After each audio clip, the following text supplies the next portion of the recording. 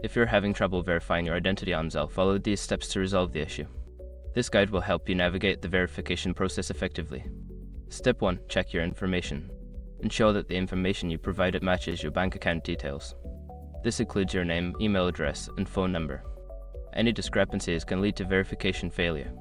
Step 2. Update your app. Make sure you are using the latest version of the Zelle app. Go to your device's App Store, check for updates, and install any available updates. An outdated app can cause verification issues. Step 3. Contact your bank. Reach out to your bank's customer service if verification continues to fail. They can provide insights into any restrictions or issues with your account that may be affecting the verification process. Step 4. Use alternative verification methods. If standard verification fails, check if Zelle offers alternative methods for identity verification, such as answering security questions or providing additional identification documents. Step 5. Wait and retry it.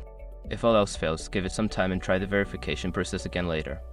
Sometimes, temporary issues can affect the system, and retrying after a short period may resolve the problem. By following these steps, you should be able to successfully verify your identity on Zelle. If issues persist, consider seeking further assistance from Zelle support.